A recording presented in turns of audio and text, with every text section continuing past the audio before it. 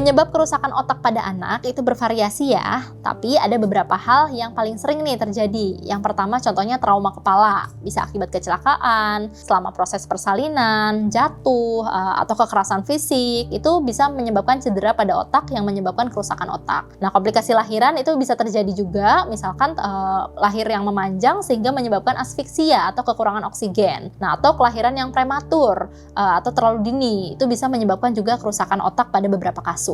Nah, infeksi nih paling sering terjadi juga selama kehamilan. Contohnya seperti infeksi TORCH atau yang disebabkan oleh toxoplasmosis, rubella, sitomegalovirus, dan juga herpes. Itu bisa menyebabkan gangguan dari perkembangan otak janin secara keseluruhan. Ada juga penyebab penyakit metabolik, kemudian ada kelainan genetik, dan paparan zat beracun selama masa perkembangan janin. Contohnya obat-obatan yang tidak diminum sesuai dengan indikasi dan bisa menyebabkan teratogenik atau kerusakan organ dari janin.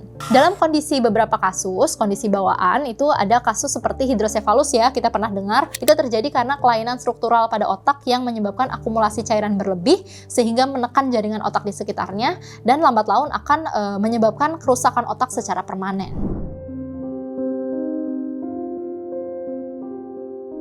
Nah, gejala kerusakan otak ini beda-beda ya, bervariasi tergantung otak bagian mana sih yang rusak. Karena otak itu kan kompleks ya, semua bagian tubuh itu diatur di dalam fungsi di otak. Nah, ada beberapa gejala misalkan pada masalah motorik, itu bisa terjadi kesulitan dalam bergerak, kesulitan dalam berjalan, kemudian kesulitan dalam koordinasi keseimbangan tubuh. Bisa juga ada keterlambatan perkembangan. Contoh, seseorang yang mengalami masalah kognitif, kemudian fungsi bahasanya terganggu. Nah, bisa juga ada perubahan perilaku seperti kesulitan belajar. Nah, ini masalah dalam memahami konsep-konsep, jadi sulit sekali untuk mencerna pelajaran-pelajaran tertentu. Beberapa anak bisa mengalami gejala seperti kejang atau nyeri kepala yang hebat juga bisa terjadi.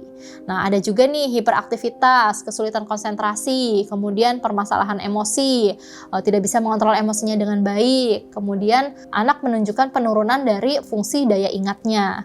Jadi banyak sekali ya keluhan atau gejala yang timbul, tadi disampaikan tergantung di bagian mana sih otak yang mengalami kerusakan.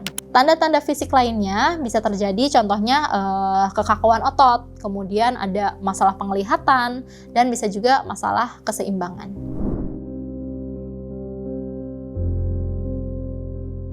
Meskipun sebenarnya tidak ada obat khusus yang bisa mengembalikan fungsi dari kerusakan otak yang terjadi, tapi ada beberapa pengobatan yang bisa membantu membuat gejala-gejala yang timbul tadi menjadi lebih stabil dan terkontrol, sehingga meningkatkan kualitas hidup anak.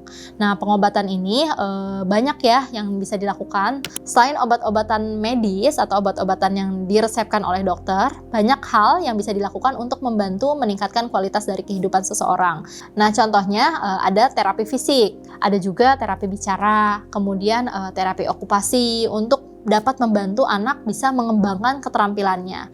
Dan hal itu bisa dilakukan untuk menjalani kehidupan sehari-hari agar lebih maksimal. Nah, dalam beberapa kasus tadi obat-obatan bisa diresepkan ya untuk mengontrol gejalanya, misal obat-obatan anti kejang atau obat-obatan anti spasme yang bisa digunakan untuk mengurangi keluhan kaku otot.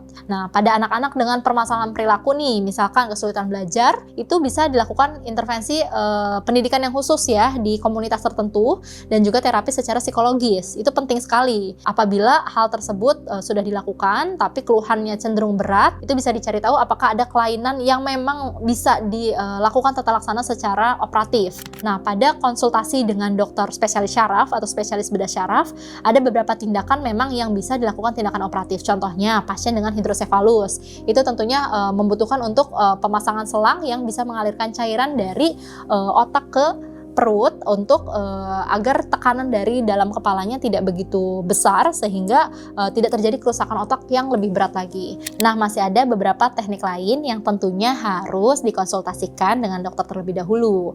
Apabila pasien mengalami kesulitan berjalan atau permasalahan motorik, bisa dibantu dengan menggunakan alat-alat bantu seperti kursi roda. Dan apabila permasalahan komunikasi juga bisa digunakan alat bantu komunikasi ya. Jadi intinya yang penting bisa meningkatkan kualitas hidup seseorang tersebut menjadi lebih baik.